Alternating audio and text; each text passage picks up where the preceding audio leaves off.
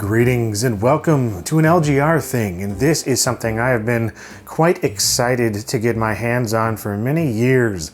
This is a Tandy 1000 SX computer system from 1986, as well as the accompanying CM11 color monitor. And yes, they are both boxed. They're not new in the box. I did get them used, so I know that they're probably gonna need to be cleaned up and stuff, and I hope that they work. I haven't actually tested them yet, but that's what we're about to find out, so let's get to it.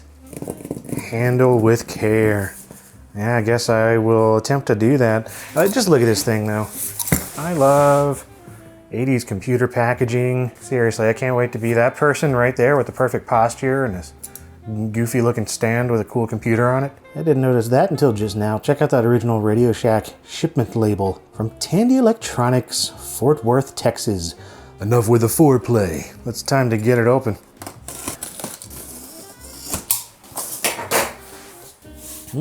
Well, the box has definitely seen some water damage, but the computer was not supposed to have.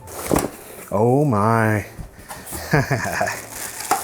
Well, first up is a delightful Tandy keyboard, and yeah, as it appeared when I saw this on eBay, it is a bit dirty, but in overall good shape. It doesn't appear to be yellowed or anything. So this is a Tandy 1000, just personal computer keyboard. Got those little cork feet on there too. That's nice.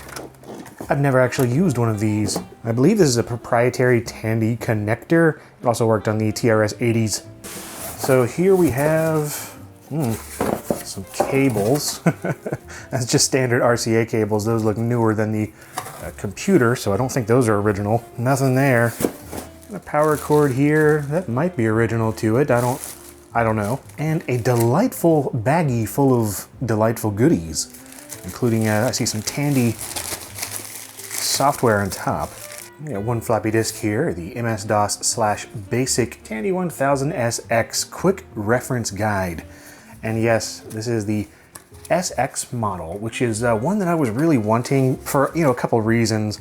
It has that classic look of the original 1000 Tandy, but it also is upgradable with more standard parts. It's a little more capable as far as other things that it comes with, as well as you can upgrade the RAM more easily. And wow, that's just a book of basic and DOS commands. Ah yes, we have a quick reference guide to DeskMate.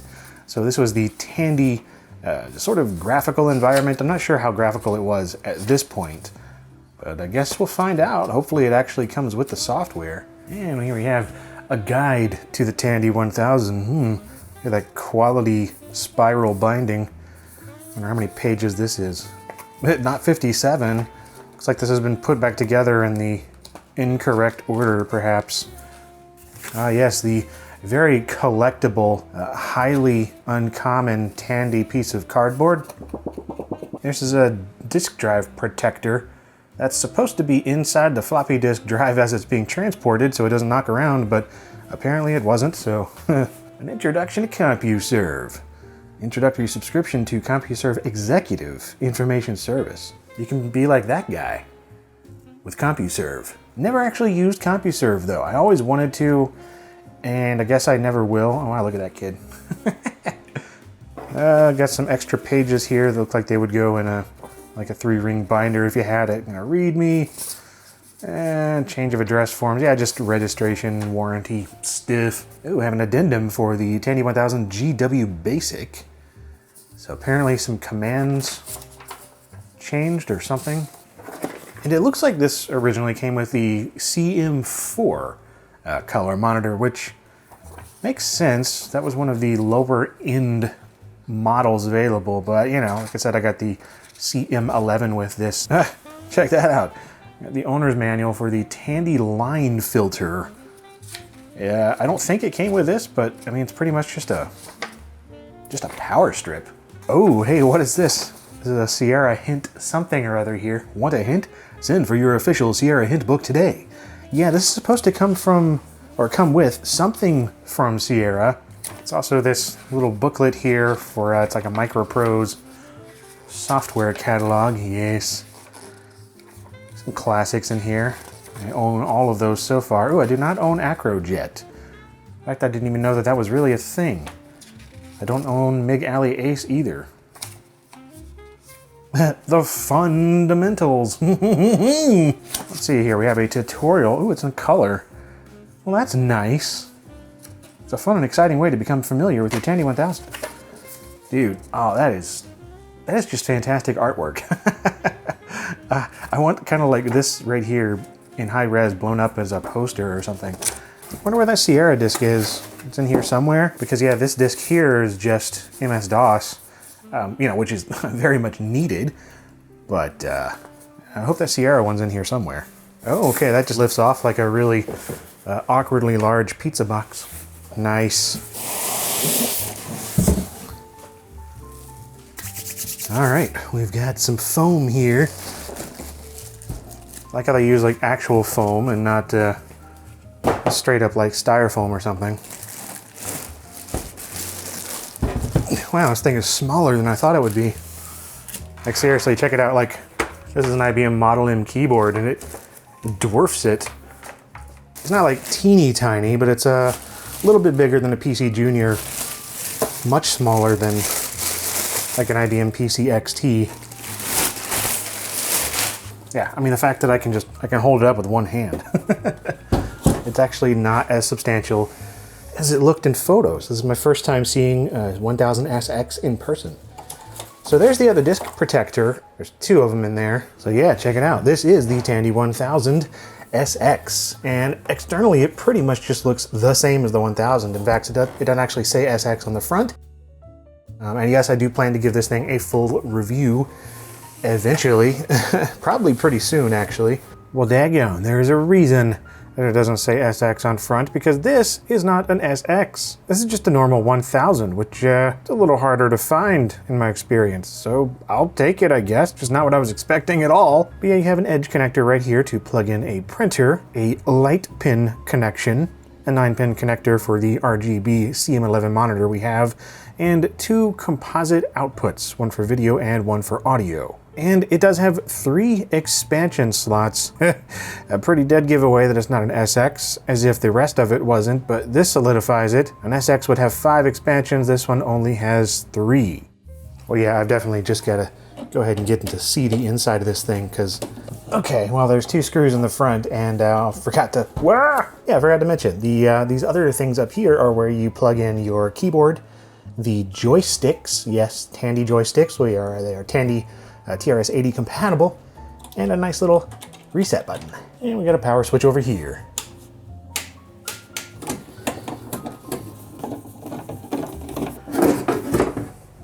My goodness, this is Spartan inside. I dig it. So yeah, check it out. We have the Intel 8088 CPU right here, and some other things. We got some 8-bit ISA slots right here, or really PC compatible bus slots, and not a whole lot else. This is a pretty clean looking board. I'll dive into more of the technical details of this whenever I do a full review. So yeah, this whole thing is quite plasticky, a lot cheaper in build quality than the IBMs were of the time, but you know, that's to be expected. Okay, time to get to this delightful monitor. Yeah, that's pretty much what I thought. It's just basic monitor packaging, nothing too special here. In fact, I don't even think it comes with documentation or anything. I didn't notice it in the auction. Yeah, the fact that it had its original shipping and packaging container and everything was one reason I wanted to get this one, because I don't like risking shipping these monitors with just like a seller's random packaging. I've had too many of them arrive busted up. Oh, sweet. That is a slick looking monitor. How does that come off? Does it just pull off? Yep. All right, so we got some controls under there appropriately. I have the 9-pin adapter right there. This is Tandy and CGA compatible. Definitely gonna need a bit of cleaning up, I gotta say, but that's okay, because overall, it's in pretty decent shape. I've seen a lot of these with cracked bezels and just, you know, the sticker all coming apart, and this one is not. So yeah, there we go. And built-in cables, so there's not a whole lot to see here. Yeah, so it's just one of those monitors that I really like the look of it. It reminds me of the Magnavox computer monitors of the time. And for all I know, maybe it is just a rebadged one of those. In fact, it probably is, seeing that this was a Radio Shack product. It was just a composite connection only. So yeah, you could hook this thing up to a TV, but I'm gonna be using this monitor, assuming it works. The seller said it did, but we'll see. Pretty spiffy and quite PC Junior-esque, I gotta say. Oh, that keyboard is just so cute. I like how it's a little narrower, or you know, not as wide. Doesn't that look all lovely and appealing set up like that?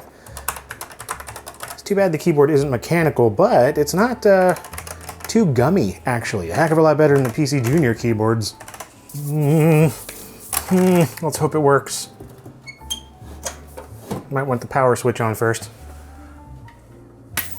Oh my goodness. Well, there's the monitor. That is very loud CRT noise.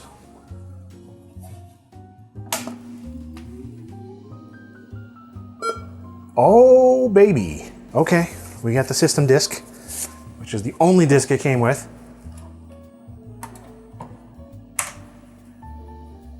All right, keyboard accepted that. This is farther than I've ever been with a Tandy 1000 because my 1000EX would never boot a disc. And my RLHD was another beast entirely. Oh my goodness. So today is, I don't know, probably the 8th. And it is 14:49. Oh.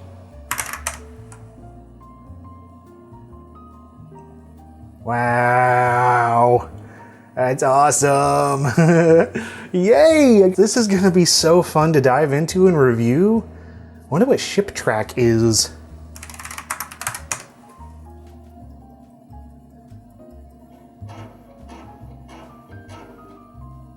It's not reading whatever it is. Does anything read? I mean, obviously it booted it, so something read. So the disk drive might be iffy. That is not unexpected, to be honest. Got this one here from a friend of mine, Foon, online. He made this program for Christmas.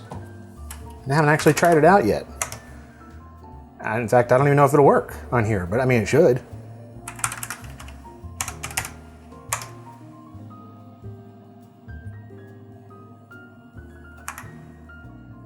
Dang it. So it's like partially working. Very partially, which probably means it just needs some cleaning and, you know, normal disk drive maintenance or whatever, which I'm not gonna do in this video. Let me try one more disk, see if it was just a fluke that first boot or what. I like how instantaneously that turns on to the memory check right there too. And it's getting a boot failure. Yeah, it could have just been a fluke that it booted that first time. Non-system disk, huh? Okay, well, this is gonna need some work. That, you know, to be honest, I expected it. I hoped that it wouldn't, but, you know, that's how these things go. So hopefully I can get this thing working and show more of it in the future here on LGR, because this is such a cool machine. We just got some work to do. So I'm sure that you'll be seeing more of this in the future. And yes, if you enjoyed this unboxing and setup and, well, not as much of a demonstration as I'd hoped for, then stay tuned for more things. There are new videos every Monday and Friday here on LGR and all sorts of topics, including videos on machines that actually work. Ooh. And as always, thank you very much for watching.